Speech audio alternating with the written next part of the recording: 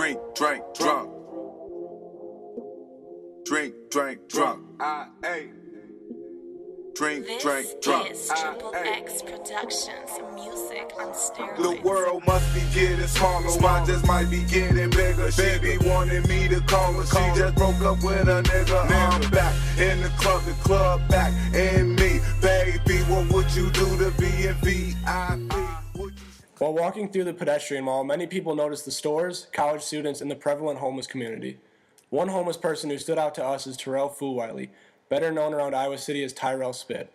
We believe people should know Tyrell's story to show that there is more to a person than what people see at first glance. Tyrell Spitt is an up-and-coming hip-hop artist and promoter in Iowa City who's been homeless for the past 7 years. He started a promotional company called the New Dance Party to get recognition for local hip-hop artists in Iowa. Tyrell has had a rough upbringing. When asked about his background and how he ended up in Iowa City, he said, I'm from Harvey, Illinois. I'm 31, I think I'm 31 or 32. I'm 31.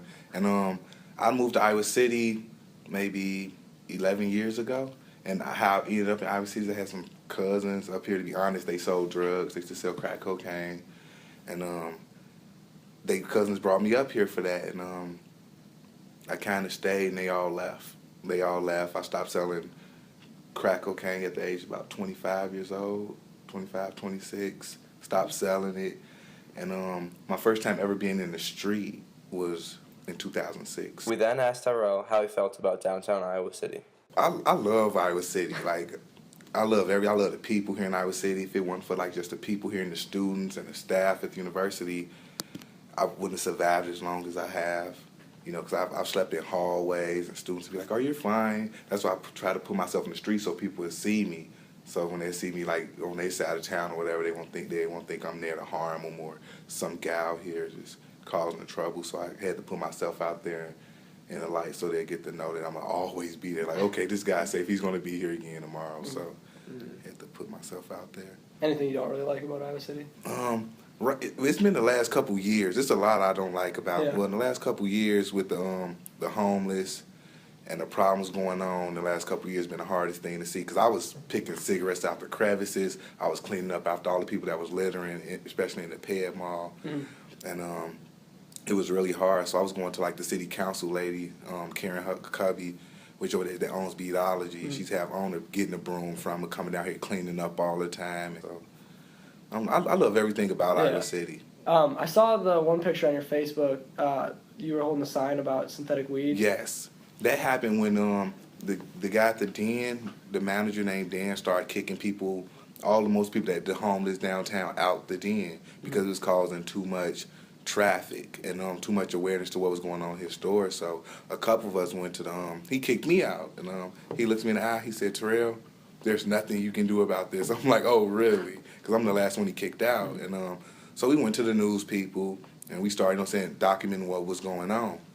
So, and some of the homeless people was helping me, but they were still going in a circle smoking the synthetic. I'm like, this is weird. So I'm like, okay, Tyrell, you're smarter than this. I was like, I made a sign, and I set up there, and the sign just started working. So it made Reddit, it made a couple places friends, hit like on it. But then they, I've been advised not to talk about it too much because I'm like, aware what's going on and, the war that's going on out here in the streets. So I'm kind of got caught in the middle of it because I love academia. I study every night, but then I'm on the street. So some people, I could walk around one corner. People, how Tyrell, you doing awesome? I turn this corner, they like, I hate you. I'm like, this is too much mixed signals for me, like every corner. So it's been the best experience of my life being on the street just to see if I could keep a smile on my face waking up every day, staying confident. That's really why I came to the street. I'm like, hey, if I want to be a great artist, I want to know how it feels to be down here and not have nothing, see if I can still have the same faith I have. So just building off that, where would you call your home? My home? Ooh, that's a good question, dude. My home would be,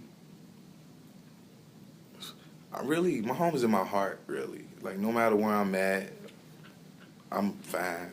I never as long as I got a book with me or I could think, so I've just been studying a lot of psychology and a lot of math stuff, so really, I'm fine wherever I be at. It's really. He then continued to tell us about his biggest struggles and what gets him through the day. The biggest struggle is like if I don't get no change out there from rapping or not, and the last place I stopped through that's a place to eat before I like go to where I'm asleep at is Foul Balls.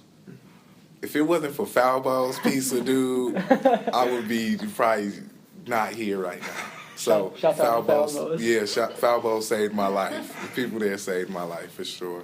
Yeah. So some of the guys tell me, it's like, just don't forget about me when you're rich. So that's what keeps me motivated. Like, that means I got to keep working. I got to keep studying. I got to come out of this. Because I actually never been to high school, you know. My mom had 6 kids, and I'm the youngest one. I got a twin sister.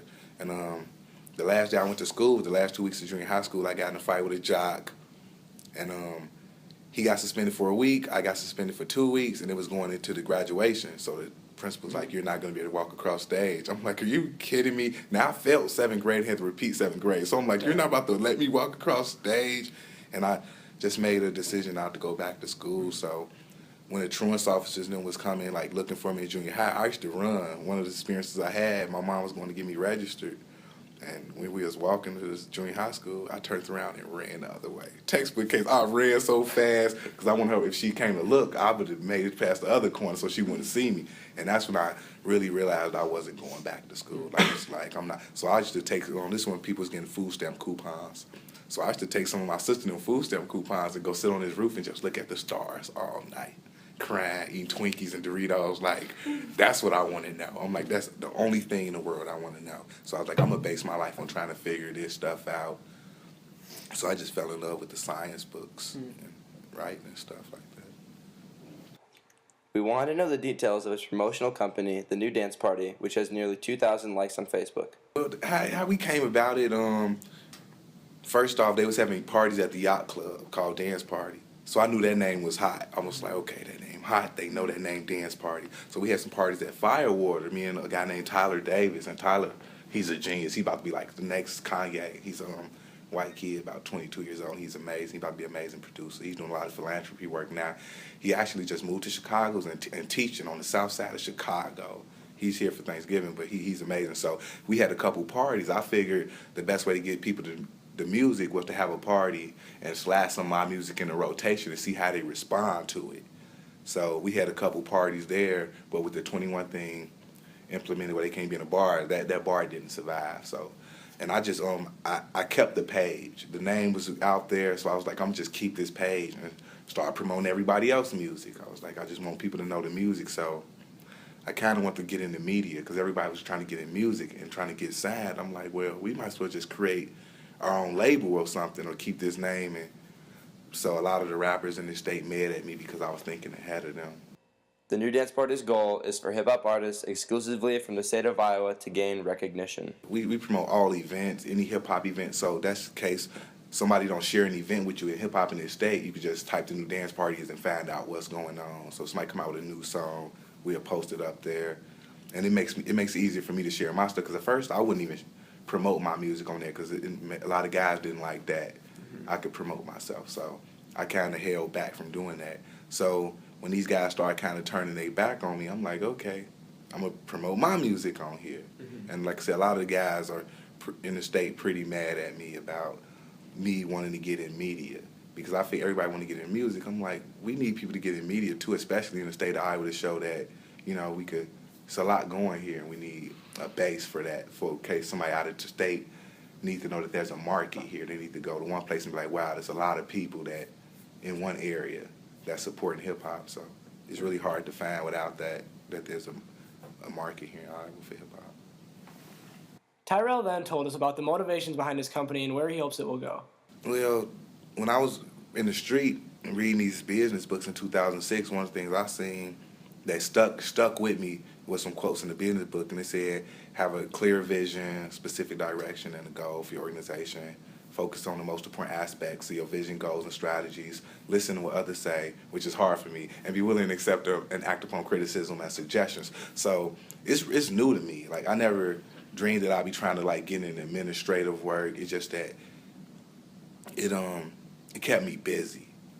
I wanted to choose something that was gonna keep me the busiest. So I was like, rap is cool, but I was like, trying to help somebody is the most important thing. So I was like, let me see if I could try to help somebody like I would want help. You know, if my music was out there, I would love for somebody to post my music up. So I'm like, well, let me put myself in that position to do that.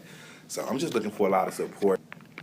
My main goal is to build a hip-hop club in Iowa. Like I said, I want to build a non-alcoholic club here, but we checked on the rent and all of that, and it's just amazingly high. So with the New Dance Party page, I want to create a clothing line connected, an urban clothing line called the NDP, to pay for the club, because we can't sell liquor, which makes a lot of money. So I want to create a whole culture out of it.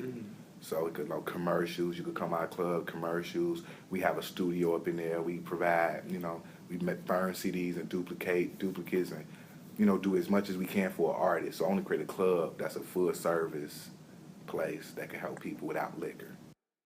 Tyrell then went into the struggles of being homeless while running a company. Not having a computer, coming to the library here and only having 2 hours to use the computer could be a struggle.